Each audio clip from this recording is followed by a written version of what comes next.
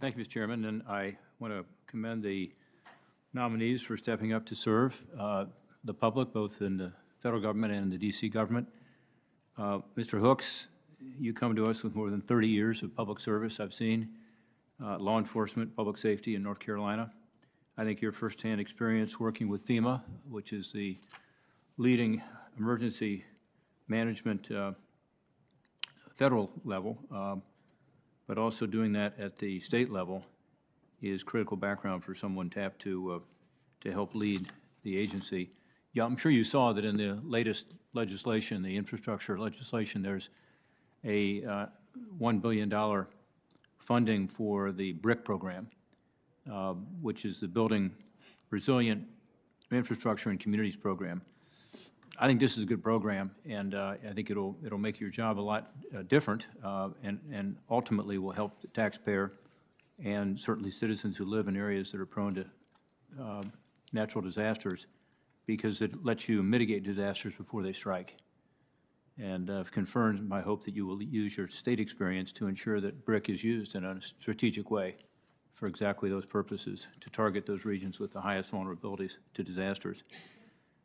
Commissioner Kubayanda, the Postal Regulatory Commission is a small but mighty group, I think 75 people, but plays a very important role in promoting transparency and accountability in our postal system. We rely on it, including examining the Postal Service's financial data, monitoring its service performance, and ensuring they follow the law when setting prices.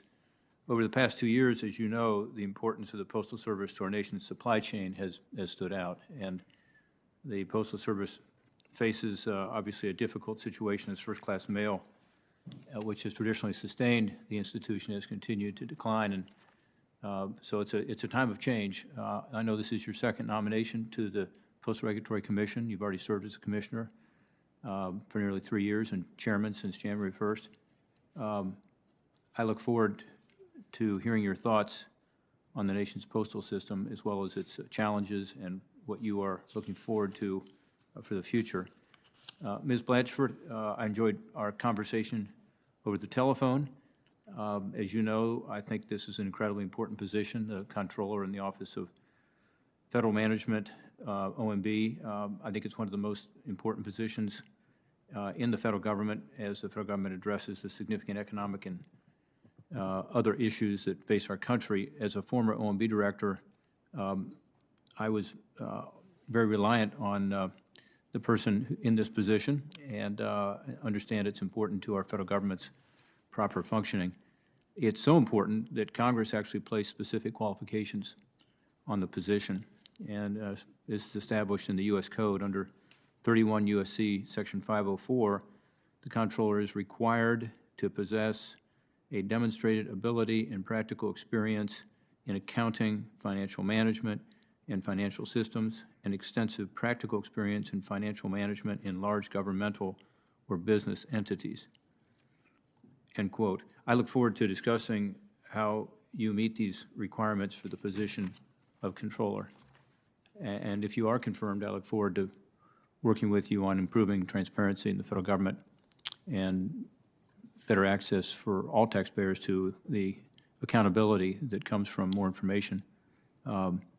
And to Judge Scott and Mr. Tunaj, thank you for being here as the committee considers your nominations as associate judges on the D.C. Superior Court. Both of you have spent essentially your entire career in public service, as I see, and I appreciate your willingness to serve as judges on the D.C. Court.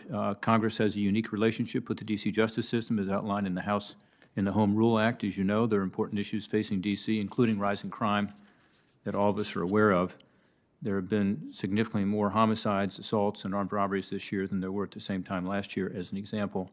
It's one reason we need impartial and qualified judges on the D.C. Superior Court to ensure timely justice for all parties. I look forward to discussing this and other issues with Judge Scott and Mr. Tunaj.